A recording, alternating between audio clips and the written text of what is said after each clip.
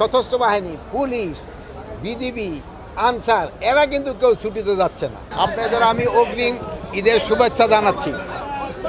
তা আজকে আমি আসছিলাম এই বাস স্টেশনের অবস্থা দেখার জন্য এবং কোনো ধরনের ভাড়া বেশি নেওয়া হচ্ছে কিনা।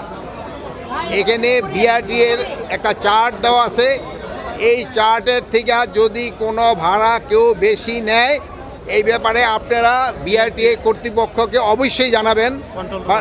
এখানে কন্ট্রোল রুম রয়ে গেছে, আমাদের পুলিশের কন্ট্রোল রুম রয়েছে, কিন্তু আমি এই পর্যন্ত ইন্সপেকশন করে যা দেখলাম ভাড়া আপনারাও দেখছেন সবাই, মানে নির্ধারিত যে ভাড়া আছে ওই ভাড়াই কিন্তু সবাই এখনও যাচ্ছে।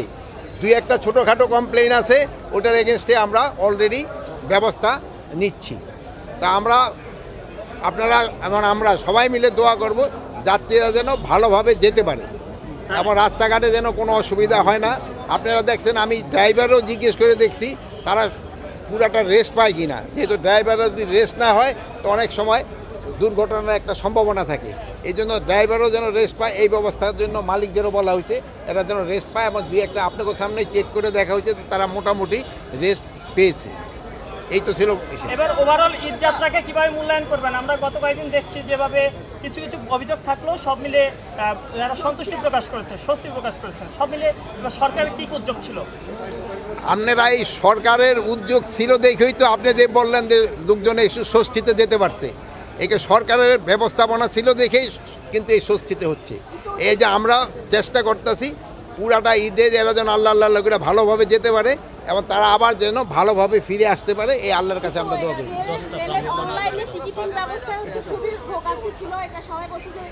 আমি রেলের ওখানে তো যাইনি, আমি যদি আগামীকাল গেলে আমি হয়তো সেই সময় বলতে পারবো। যাত্রা সবারই স্বস্তি হচ্ছে, এখন রাজধানীটা পুরোটা খালি হয়ে যাচ্ছে। এই খালি রাজধানীতে আমরা জানি যে আইন শৃঙ্খলার যে একটা ছিনতাইগিরি তৎপরতা বেড়ে যায়, এটার জন্য আপনারা কোনো প্রকার এই জন্য তো আমি আগেই বলছি, স্বরাষ্ট্র মন্ত্রণালয় থেকে কিন্তু আগেই বলানো হয়েছে যে সবাই ছুটি ভোগ করতেছে, কিন্তু আমার পুলিশ কিন্তু সশস্ত্র বাহিনী, পুলিশ, বিজিবি, আনসার এরা কিন্তু কেউ ছুটিতে যাচ্ছে না।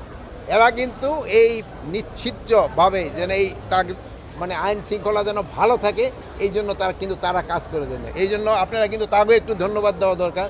এরা কিন্তু কেউ ছুটিতে যাচ্ছে না। আপনারা যেন ভালোভাবে যেতে পারেন, আপনার বাসা বাড়ি যেন সুরক্ষিত থাকে, এই জন্য সব ধরনের ব্যবস্থা নেওয়া হচ্ছে।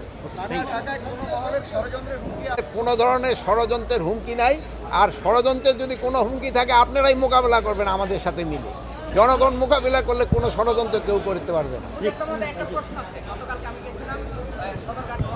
আমি তো এই তো সদরঘাটে যাই নাই, আমি ওটার উত্তর আজকে দিতে পারবো না, আমি গেলে বলতে পারবো।